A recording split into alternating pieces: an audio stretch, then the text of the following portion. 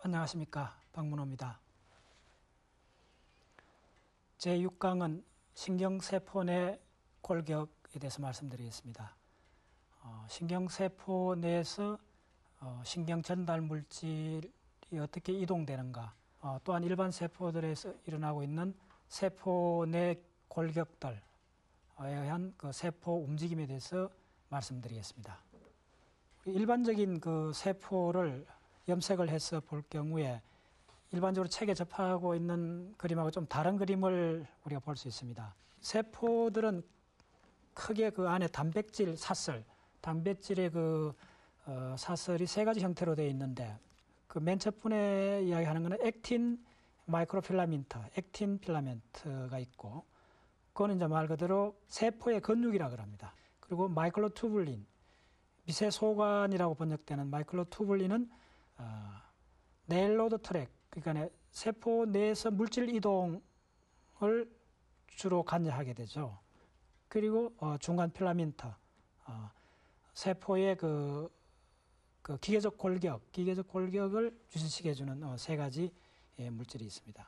주로 다 단백질 사슬로 되어 있는데, 이 세 가지 형태의 단백질 사슬에 의해서 그 중에 마이크로투블린 구조에서 신경세포 내의 물질 이동이 일어나고 있습니다. 그리고 세포 내에, 신경세포 내의 물질 이동뿐만 아니라 그 세포 자체가 발생 초기에부터 아주 강한 그 이동 성향을 보이는데, 이러한 특성들은 살아있는 세포 대부분이 갖고 있는 특징입니다. 신경세포에 있어서도 발생 중에 심경간벽을 통해서 세포 분열로 해서 많은 세포들이 일단 정식이 되고, 그리고 마이그레이션, 이동을 합니다. 이동을 하고 분할을 하고, 각각 그 기능에 맞게끔 세포 형태가 분화가 되죠. 그리고 시냅스, 신경세포의 경우는 시냅스가 형성이 되고, 세포사도 유도하고, 시냅스의 재정렬, 이러한 일련의 그 신경세포들이 아주 대단한 그 이동, 변형, 재정렬 과정을 겪게 됩니다. 그리고 한 개의 신경세포에 있어서 그 신경세포가 타켓 지점을 향해서 그 신경세포막의 일부가 그 위족처럼 이렇게 계속 살아서 그쪽 항물질을 향해서 나아가게 되죠. 이러한 그 세포 내에, 신경세포 내 이동들은 가장 중요한 것은 축색을 통한 그 단백질, 주로 효소가 되는데 단백질들의 이동이 있습니다. 그래서 여기 들어가는 마이클로투블린, 그리고 액틴, 중간 필라멘트에 대해서 말씀드리겠습니다. 다르게 염색해서 보면 단백질 사슬들이 이렇게 핵을 이렇게 감싸면서 이렇게 아주 많은 단백질 사슬들이 있습니다. 이러한 그 사슬, 이게 중간 크기의 이제 필라멘트에서 중간 필라멘트.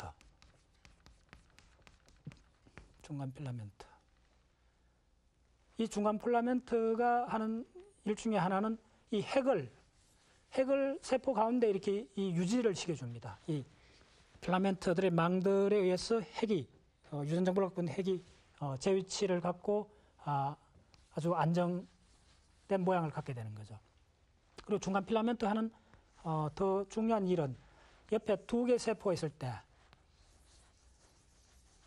두 개 세포에서도 중간 필라멘트 이렇게 있는데, 이 중간 필라멘트 일부가 이 세포와 세포 사이에 연결을 해줍니다. 세포와. 그래서 어떤 세포들이만 중간 필라멘트가 없는 세포들 덩어리를 주면, 힘을 주면 세포들이 다 각각 분해되어 나가는 거죠. 근데 그걸 응집력 있게 연결해 주는 것이 중간 필라멘트 역할입니다. 중간 필라멘트 이런 구조들은 다 그 단백질 사슬입니다. 단백질 1차 구조의 그 사슬로 되어 있습니다. 중간 필라멘트. 그 다음에 이번 시간에 중요한 내용 중에 하나는 세포에서 핵이 있으면 핵에서 중심체라는 게 있습니다. 중심체에서 끊임없이 그 단백질 사슬이 분출되납니다. 이 구조의 단백질 사슬을 이름하여 미세소관, 마이크로 튜블린이라 그러는 투블린이라는 단백질로 되어 있는데 마이크로 튜블린 구조, 미세소관. 이거는 크기가 큽니다. 그래서 이걸 이렇게 단면을 잘라보면 이렇게 간 형태로 이렇게 되어 있습니다. 간에서 아주 전형적인 전화 다이얼처럼 9-2 구조, 이게 유명한 9-2 구조.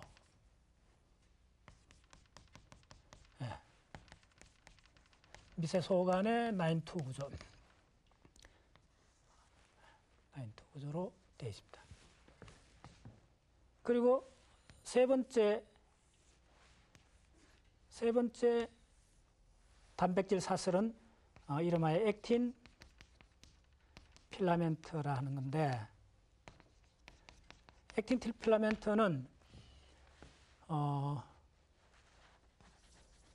세포 벽을 통해서 세포 바깥자리를 이렇게 감쌉니다. 아주 미세한 거고, 양은 미세소관보다 거의 30배나 많이 있습니다. 미세소관보다 굉장히 양이 많고 세포 전체에 이렇게 있죠, 사실은. 특히 상피세포들, 소장 점막이나 이렇게 점막에 있는 상피세포들에 이렇게 다 이렇게 세포들 위로 이렇게 다 있습니다. 상피 구조에 다 이렇게 액틴 필라멘트가 있습니다. 근데 특히 이 마이크로투블린, 그 미세소관은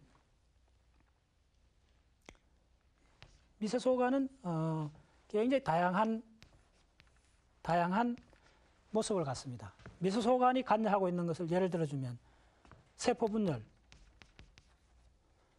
감수분열 할 때, 세포분열, 우리 고등학교 시간에 배웠죠?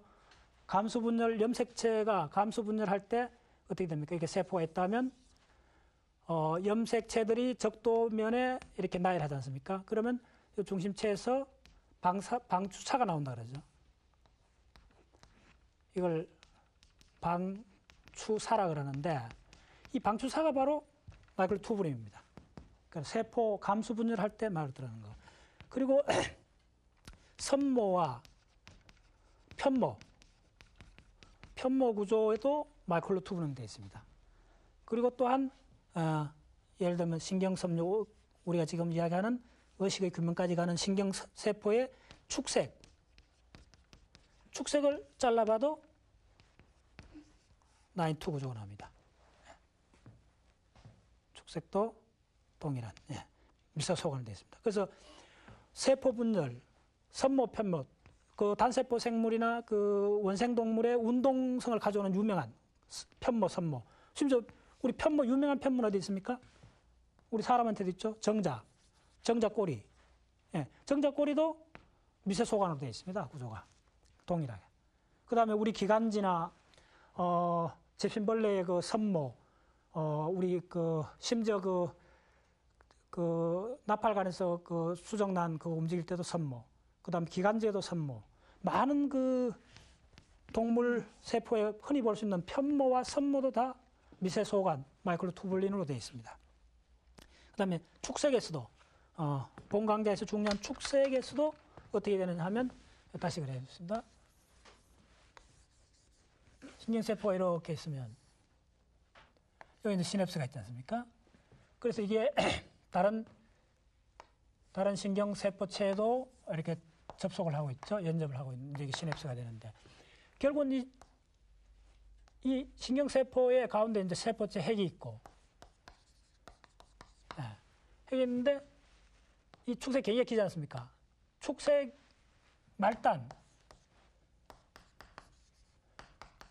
말단에서 다른 부위하고 여기 시냅스를 하는데, 결국은 신경 전달 물질을 분출한다 그랬지 않습니까? 전달 물질을 이렇게 시냅스에 분출하는데, 이 신경 전달 물질이 어디서 왔느냐? 결국은 신경 전달 물질도 단백질로 되어 있고, 신경 전달 물질을 만들기 위해서도 DNA, 핵이 있어야 되는데, 그 핵은 이쪽에 있는 거죠. 핵은 중요한 포인트입니다. 핵은 말단 부위에 없습니다. 그럼 뭐 무슨 이야기냐 하면 결국은 신경 전달 물질을 만드는 것은 핵에서 만들죠. 핵에서 나온 핵의 그 DNA가 자크가 열려서 RNA로 바뀌어지고 RNA가 소포체에서 리보솜에서 결국은 단백질을 만들죠. 단백질, 신경 전달 물질을 만듭니다. 이렇게 형성된 이러한 신경 전달 물질이 이 긴 축색을 타고 이동을 해야 되는데 이 이동하는 메커니즘이 바로 이 마이크로투뷸린, 미세 소관을 통했습니다. 그래서 어떻게 되느냐 하면 이걸 단면을 이렇게 잘라보면 이렇게 되어 있습니다. 이렇게 그 유명한 9-2 구조가 이렇게 9-2 구조라는 것은 이게 관으로 이렇게 되어 있습니다. 이렇게 안에 이렇게 관으로 되어 있는데 그거에 이 관을 타고 물질이 이렇게 이동하는 거죠. 이렇게. 그래서 이제 마이너스 말단, 플러스 말단. 그래서 마이너스에서 플러스 말단으로 이쪽이 세포 중심이고 이게 축색 말단으로 핵에서 형성된 그 유전 물질에 의해서 유전 정보에 의해서 형성된 단백질이 이 마이크로투뷸린 구조를 타고 전달이 되는 겁니다. 결국은 우리가 신경 전달 물질, 신경을 이해하는 데서 중요한 관건 중에 하나가 뭐냐 하면 여기 신경 전달 물질이 세포체에서 형성이 되어서 긴 관을 타고 신경 말단까지 온다는 거죠. 신경 말단까지 오는데 들어가는 이 관 수송 기관이 마이크로투뷸린이다. 세포 내 골격을 다른 말로 표현하면 세포 내에 뼈와 근육이 있습니다. 뼈인 동시에 근육 이렇게 생각하면 됩니다. 뼈니까 골격을 유지해주고 세포의 그 형태, 세포의 모양을 유지해주고 근육이니까 이동성, 움직임을 주는 겁니다. 그리고 이러한 마이크로투뷸린 구조가 이쪽 세포에서 잘 표시되어 있듯이 여러 가지 단백질 사슬에 의해서 위족같이 보이는 이쪽에 액틴 필라멘트가 들어가 있죠. 그래서 이게 빨리 그 아메바처럼 움직일 수 있었던 것은 이러한 단백질 사슬의 분해와 재결합, 생성과 분해가 아주 다이내믹하게 일어나면서 이 위족처럼 생긴 이 구조가 아메바처럼 움직이게 되는 겁니다. 그리고 요 그림에서 보여드렸듯이 신경 축삭을 짧아보면 이러한 그 미세 소관, 마이크로투뷸린 있고 그 투뷸린 위에 이 소포체에서 핵에서 형성된 단백질을 신경 말단까지 축삭을 통해서 신경 말단까지 전달해 주는 겁니다. 그래서 좀 전에 설명드렸던 마이크로투뷸린, 그 액틴 필라멘트, 중간 필라멘트 구조입니다. 그리고 세포 전체를 보셔도 이렇게 많은 단백질 사슬이 사실은 세포 한가운데까지 가득 있습니다. 가득 있고 미세 소관은 가운데 있는 중심체에서 끊임없이 마이크로투뷸린을 분출하고 있습니다. 이 과정을 동영상으로 한번 보시면 이것이 얼마나 다이내믹한 현상이라는 걸 알 수가 있습니다. EB1 is a protein that binds to the GTP tubulin cap at the growing ends of microtubules. Cells expressing a GFP-EB1 fusion protein reveal the spectacular dynamics of the microtubule cytoskeleton. Note that many, but not all, microtubules in this cell grow from the centrosome. 중심체. 세포막에 보이죠? 마이크로투뷸린. Only the ends of growing microtubules are visible in this experiment. Those that are static or shrinking have lost their GTP tubulin caps and do not bind EB1. 이 정도 마이크로투뷸린. In contrast, when all microtubules are labeled with GFP tubulin, the true extent of the microtubule cytoskeleton emerges.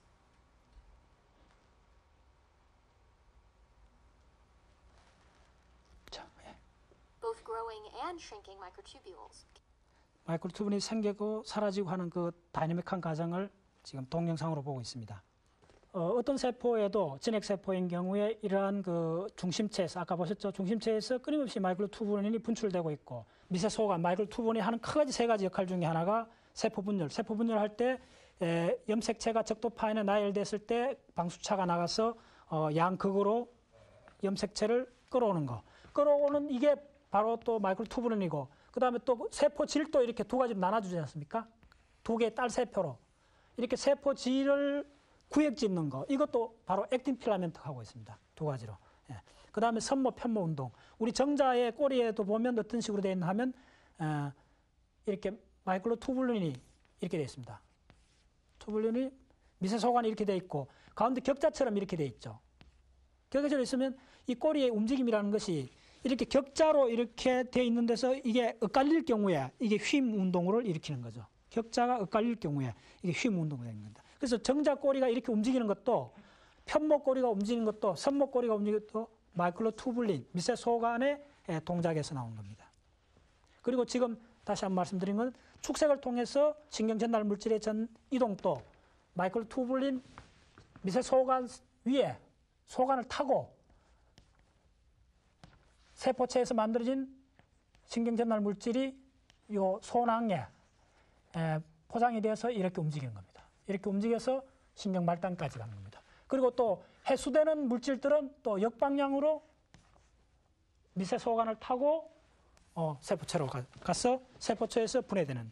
그래서 세포 내의 골격을 구조하고 다시 한번 말씀드리면 이런 미세 단백질 미세 사슬들은 세포 뼈인 동시에 세포 운동을 일으키는 거죠. 그래서 세포 골격 구조를 이제 형성하고 있습니다.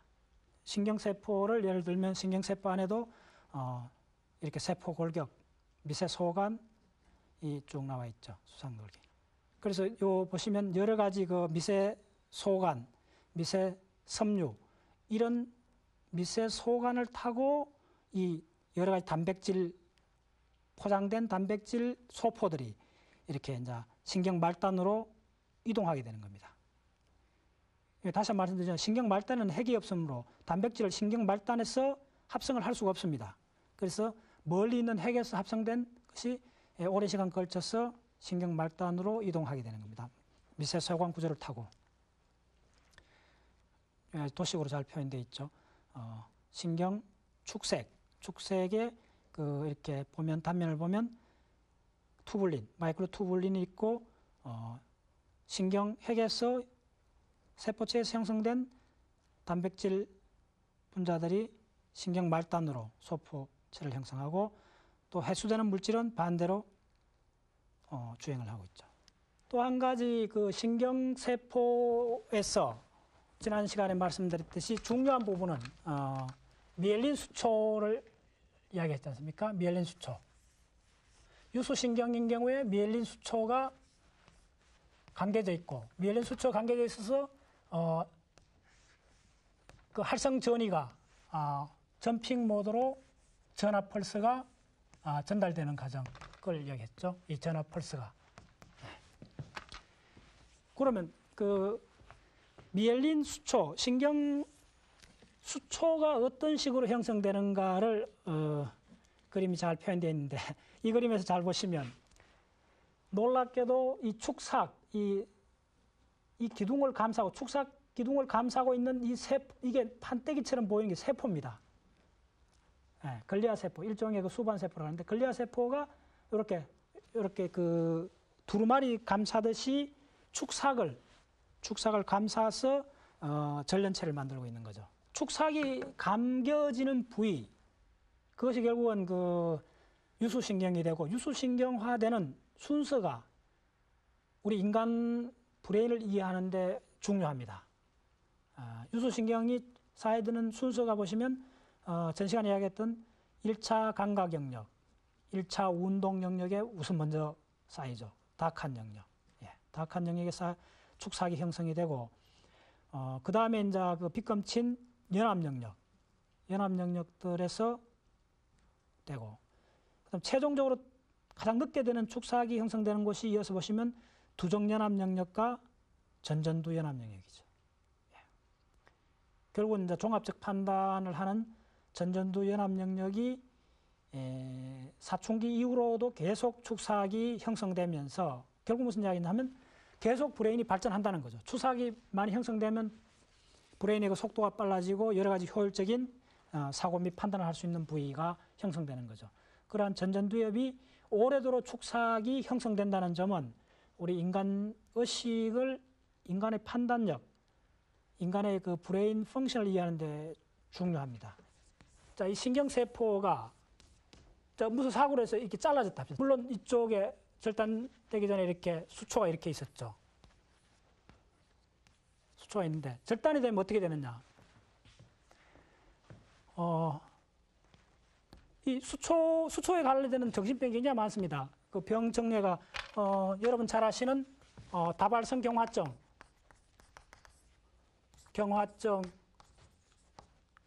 이 바로 축삭하고 관계되는데, 축삭이 자르면 이 자른 밑에 부위가 어떻게 되느냐 하면 이 축삭이 뭐라 그랬죠? 지방질이라 그랬죠.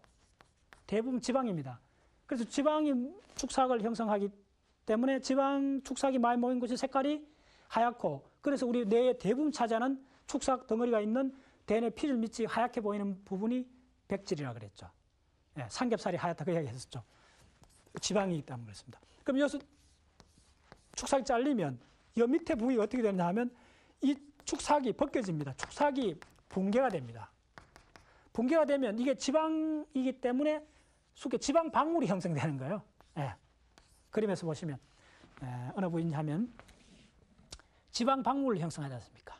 이쪽에 지방 방울. 예. 그리고 이 축삭도 뭐냐면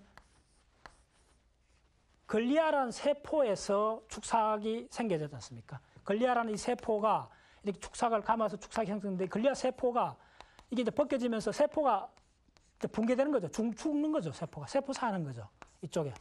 세포사하면 재밌는 것은 이 세포사한 이 일종의 그 노폐물이 되겠죠. 이 폐기를 처분을 해야 되는데, 노폐물 처분하는 것도 여기 밑에 보시면 대식세포, 매크로파지라는 대식세포가 여기 있습니다. 이 매크로파지라는 대식세포가 여기 있죠. 이 대식세포가 이 세포사한 수반세포들을 다 삼킵니다. 다 잡아먹습니다. 잡아먹고 나서 성장돌기, 요 잘린 부위에서 성장돌기가 형성되는데, 요 성장돌기에서 신경이 축삭이 자랍니다.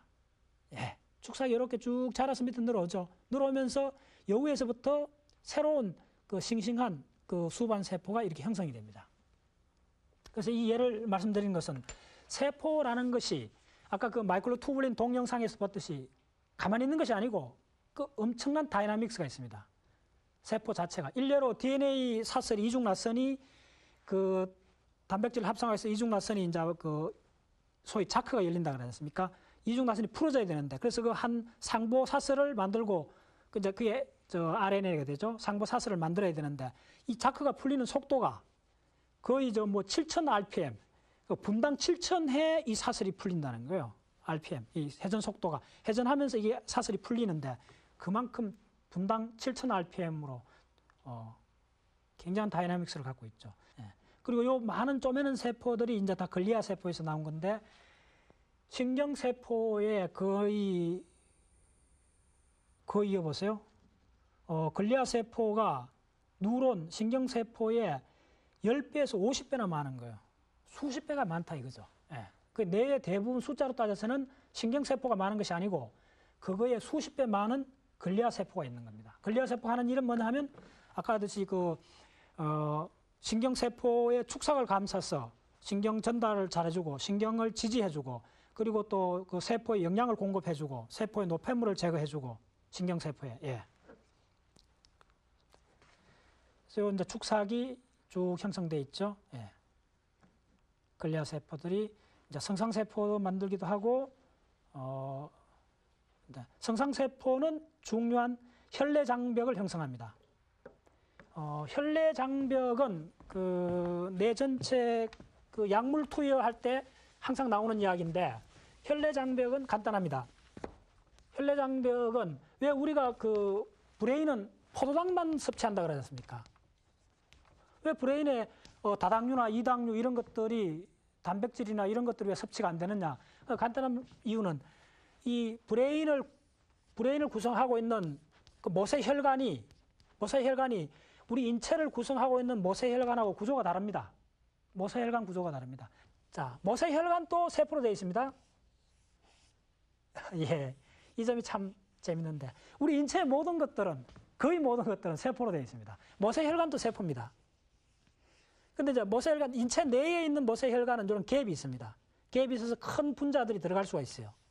예. 근데 브레인 안에 있는, 그 뇌 안에 있는 이 모세혈관들은 어떤 식으로 되어 있나 하면 이게 이제 이렇게, 그쪽도 결국은 세포로 되어 있죠. 이렇게 세포로 되어 있어 모세혈관을 이렇게 형성하는데, 세포 이렇게 해서, 요게 막, 요 안으로 이제 요게 모세혈관이 되는 겁니다. 근데 이 혈관에 갭이 있으면, 틈이 있으면 다른 물질이, 약물이 주입될 수가 있는데, 브레인 안에 있는 모세혈관은 타이트하게 밀봉이 되어 있습니다. 그 밀봉 시기는, 밀봉하는 그 역할을 하는 것이 요 별 모양으로 된 요 초록색 쪼매는 세포가 있죠. 그 세포가 이 빨간색, 카필라리, 요 모세혈관인데, 모세혈관을 완전히 에워싸면서 점점이 그 틈을 메꾸고 있지 않습니까? 요 화살표 쭉 따라가 보세요. 요게 모세혈관인데, 이 모세혈관의 틈새를 이 성상세포가 빽빽하게 완전히 에워싸고 있습니다. 그래서 이 브레인 하나를 이해하는데도 신경세포는 사실은 숫자적으로는 아주 마이너합니다. 그에 10배에서 50배 많은 것이 글리아세포고, 글리아세포가 다양한 종류의 역할을 하는 거죠. 도메인이라는 큰 집합이 있는데, 이 도메인에는 3가지가 있다고 그랬죠. 3가지가 맨 위에 있는 것이, 맨 처음에 것이 진정세균. 그냥 세균을 해야 됩니다. 진짜로 세균이라고 말합니다. 진정세균. 진정한 세균이다. 진정세균 있고, 고세균이라는 게 있죠. 고세균. 예, 꽃자. 고세균. 그 다음에 뭐냐면, 진핵 생물이 있습니다. 생물. 자, 이 중요한 거는 진정세균하고 고세균을 뭐라 하느냐면 원핵생물이랍니다. 원핵세포. 그 다음 진핵세포. 생명이 분류해서 가장 큰 거, 딱 하나 들으려 하면 원핵세포, 진핵세포입니다. 동물, 식물, 굴류 이런 분류보다 아주 근본적이고 가장 중요한 생물학적으로 가장 중요한 분류가 진핵세포하고 원핵세포입니다. 그러면 원핵세포하고 진핵세포의 차이점은 뭐냐? 원핵세포는 단세포입니다. 박테리아. 조면합니다. 구형이든 어떤 형태도 한 3가지밖에 없습니다. 그 다음에 막대처럼 생기는 간균 형태. 막대. 그 다음에 이렇게 굴곡진 나선균. 이 3가지밖에 없어요. 형태도. 네. 그 다음 진핵세포는 다릅니다. 자, 진핵세포 우리 잘 아는 많이 그랬지 않습니까? 동물세포, 핵이 있고, 원형질막이 있고, 미토콘드리아가 있고, 골기체가 있고, 리보솜이 있고, 많은 세포 내 기관들이 있지 않습니까? 크기는 10배에서 심지어 한 100배쯤 돼요. 이게 큽니다. 그러니까 단순한 그런 크기나 이런 것보다 중요한 사항은 원핵세포하고 진핵세포의 차이점은 뭐냐 하면, 진핵세포 차이점은 원핵세포가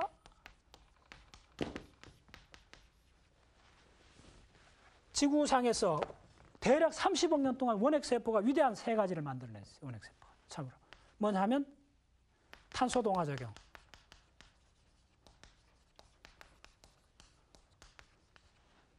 호흡작용, 그리고 화학작용, 화학합성. 네. 자, 우리 생물 고등학교 때 배웠던 생물 조금 기억해 보시면 생명 현상에서 탄소동화작용, 호흡작용, 화학작용. 화학작용 조금 그래도 탄소동화작용 중에 뭐가 나옵니까? 네. 부산물로서 산소가 나오죠. 그리고 우리가 아는 그 ATP, 예, 모든 생명체의 그 에너지가 나오지 않습니까? 식물의 그 탄소동화작용 결과 많은 거 나오죠. 그러면 식물의 탄소동화작용이라는 것이 뭐냐 하면, 이 탄소동화를 일으켰던, 지구상에 최초로 일으켰던 그 박테리아 이름 기억하셔야 됩니다. 시아노 박테리아. 어떤 생물학자는 그런 말을 씁니다. 팍스 시아노. 예, 팍스 시아노. 예, 뭐 팍스 로마나 팍스 아메리카 뭐 그런 말을 쓰듯이 위대한 시아노 박테리아 시대가 있었다는 거예요. 지구상에. 적어도 한 20억 년 이상 지속된 시아노 박테리아의 그 아주 위대한 시대가 있었다는 거예요. 이 박테리아가 이 진정세균의 많은 종류들이 있는데 그 중에 하나가 시아노 박테리아입니다.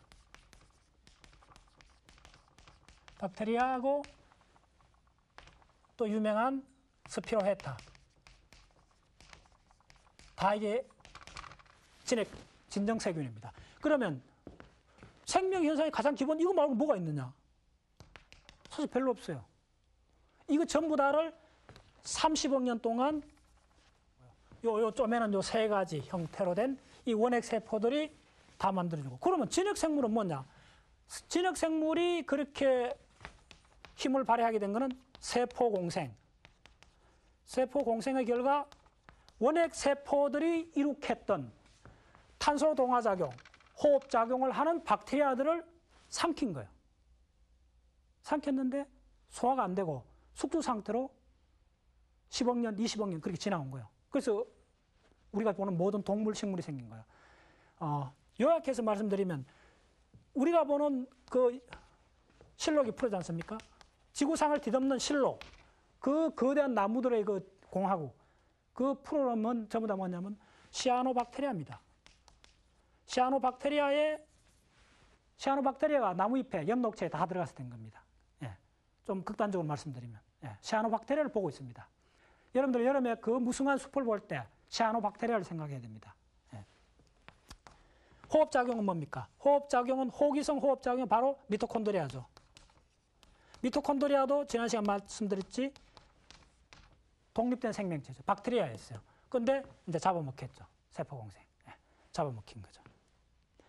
그리고 이제 화합합성은 항화수소나 메탄 이런 걸 이용한 에너지를 뽑아낼 수 있는 것, 질소를 고정한다 이런 것도 다 화합합성인데 이것도 다 뭐냐?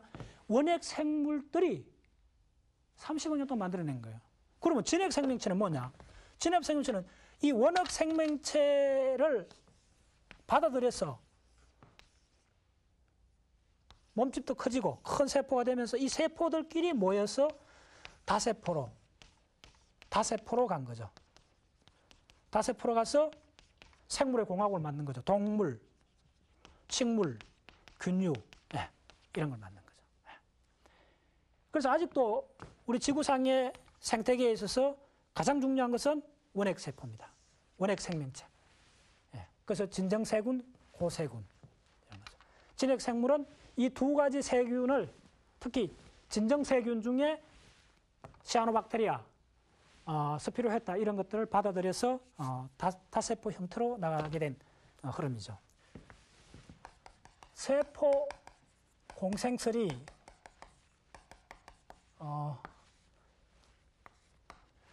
지금 이제 대부분 받아들이고 있는 아주 중요한 이론인데 세포 공생설이 원핵 생명체에서 원핵 세포에서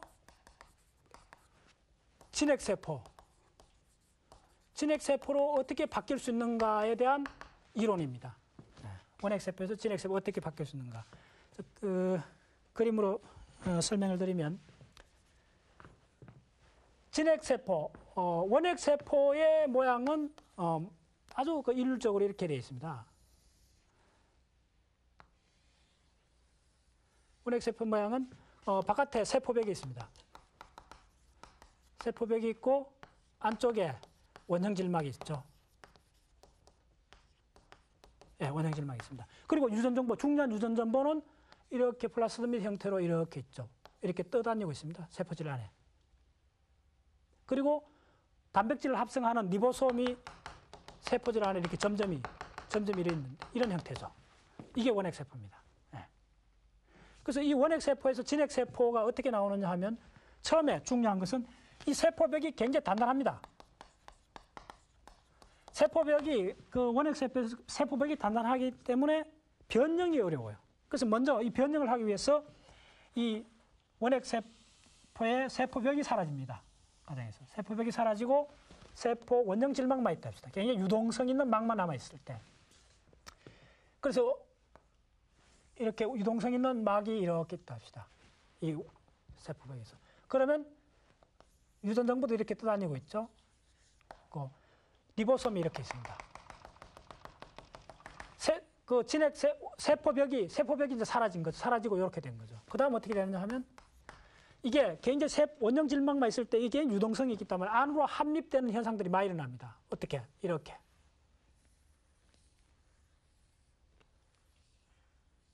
예, 이렇게 굉장히 유연하게 이렇게 바뀌어지는 거죠. 이렇게 세포 원형 질막이 막 안으로 함입되고 굴곡을 이루는 현상에서, 유전 정보가 안으로 이렇게 염색질이 이렇게 안으로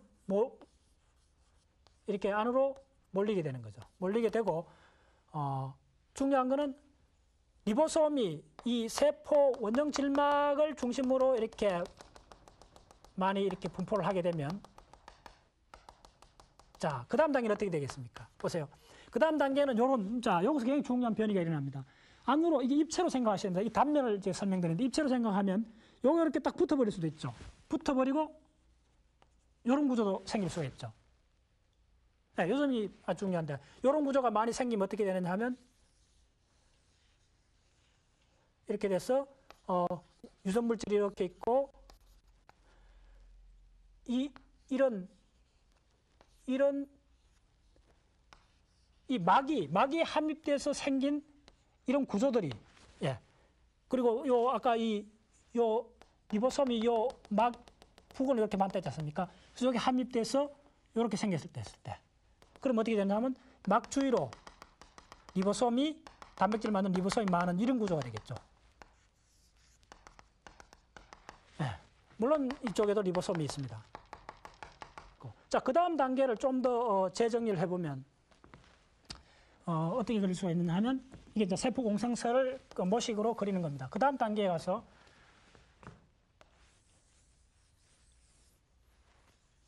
자, 이렇게 볼 수 있죠. 염색 유전 정보가 가운데로 많이 몰리고, 안에서 생겼던 그 막이 함입되면서, 원형 질막이 안으로 함입되면서 생겼던 그 막들이 유전물질을 감싸는 구조가 되는 거죠. 자, 이 점이 이렇게 감싸는 거죠. 감싸고 요 리보솜들이 바깥으로 배열하는 겁니다. 바깥으로. 네, 요걸 좀 더 색깔로 그려서 한번 그려보겠습니다. 이게 중요합니다. 이게 유전 정보가 안으로 갇히고 이게 핵이 되는 거죠. 그리고 이 막이 함입되면서 이렇게 완전 안에서 하나의 소기관을 형성하게 되는 거죠. 그게 여기 이제 소포체가 되는 거죠. 네. 골기체가 되는 거죠. 그리고 요 점들이 리보솜이 됩니다. 리보솜이 되고, 자, 그리고 세포 원형 질막의 일부가 바깥으로 분출하면서 이제 위족 비슷한 그런 형태도 갖출 수가 있죠. 네. 자, 그 다음에 어떻게 되느냐 하면, 완전한, 우리가 흔히 보는, 꼬리가 달린 진핵 생명체. 진핵 세포가 핵이 있고, 핵이 이렇게, 핵막으로 이렇게 되어 있죠. 핵막으로 유폐되어 있죠. 네. 이게 이제 진핵 세포죠. 네. 진핵 세포가, 자, 원핵 세포에서 드디어 처음에 이 미케니컬 굉장히 두꺼운 이 세포벽이 사라지고 원형 질막의 안으로 유동하면서 리보솜이 부착된 골기체 비슷한 형태가 생기고, 그것들이 그 그러니까 염색체죠. 핵이라는 가지가 없었고, 유전 물질을 이렇게 한 곳으로 세포 한가운데로 몰아서 이렇게 핵막을 구성하고, 그 다음부터 어떻게 됩니까? 핵에서 유전 정보는 핵막을 통해서만 빠져나오죠. RNA를 통해서 이렇게 나오는 거죠. 이게 드디어 진핵 세포가 생기죠. 그럼 진핵 세포가 갖는 큰 역할 중에 하나는 뭐냐 하면, 진핵 세포는 크기도 무슨 크지만은 그 원핵 세포하고 근본적으로 다른 것이 이 구조에서 뭐냐 하면 지금까지 이야기했던 미세 소관이 형성됩니다. 마이클로투블린. 액틴 필라멘트 이런 미세 소관들이 형성됩니다. 예. 그래서 미세 소관이 형성되고 핵이 막으로 쌓인다. 막으로 둘러싸이고 그러한 특질을 갖게 되는 거죠. 예. 그래서 진핵세포가 원핵세포에서 생긴 이런 과정들. 자, 요까지는 지금 핵만 형성이 됐죠. 이건 핵이 없지 않습니까? 핵만 형성되고 그 다음 단계 중요한 것은 뭐냐 하면 그 다음에 진짜 세포 공생이 되는 것이 이렇게 된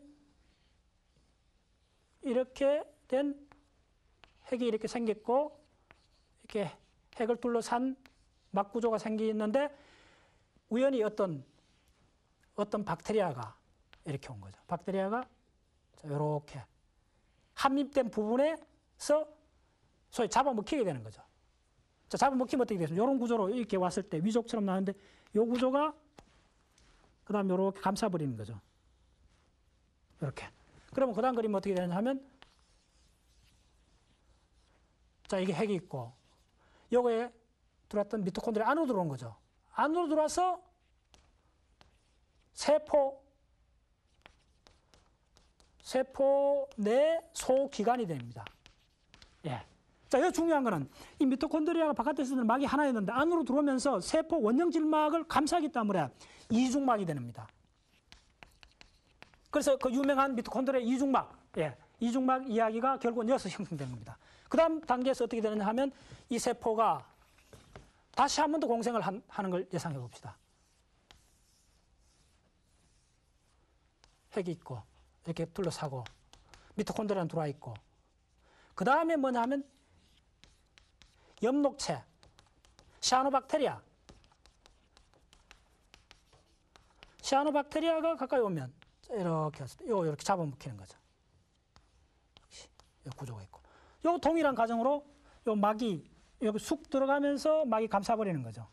요거 없어지고. 그래서 들어오면서 이 막을 입체로 보면 들어오면서 막을 감싸는 거예요. 막이 원래 이 시아노박테리아 엽록체에 해당되는 이것이 막이 이중막이었는데 다중으로 막이 삼중막까지 생길 수가 있습니다.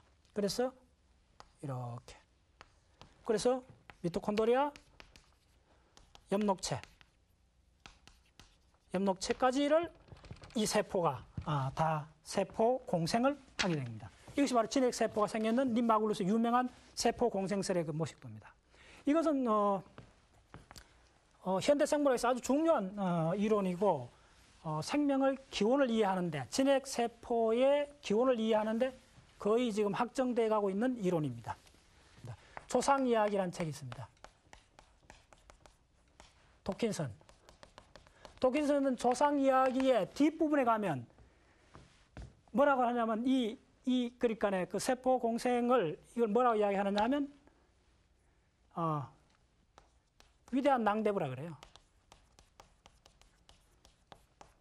낭대부라 해서 이 진핵세포에서 원핵세포로 오는 이것이 생명의 흐름에서 가장 중요한 사건이라고 정확히 디파인하면서 그 과정을 아주 상세하게 묘사하고 있습니다. 진핵생명체 한 것은 그러한 박테리아들, 그러한 놀라운 능력을 태양 에너지를 받아서 그 탄수화물을 만들 수 있는 탄소 동화작용을 했고 그 결과로 산소를 만들어서 지구 대기에 산소를 농축까지 했던 그 원핵 생명체들 주로 이제 시아노박테리아들이죠. 시아노박테리아가 한때 지구상을 지금도 그렇습니다. 한때가 아니고 지금도 그렇습니다. 분명히 말씀드리는데 지금도 그렇습니다. 언제? 여러분 뉴스 시간에 대청호가 부영화 현상이 있었다. 대청호에 이끼가 생겼다. 그 이끼가 뭐냐 하면 시아노박테리아입니다. 시아노박테리아.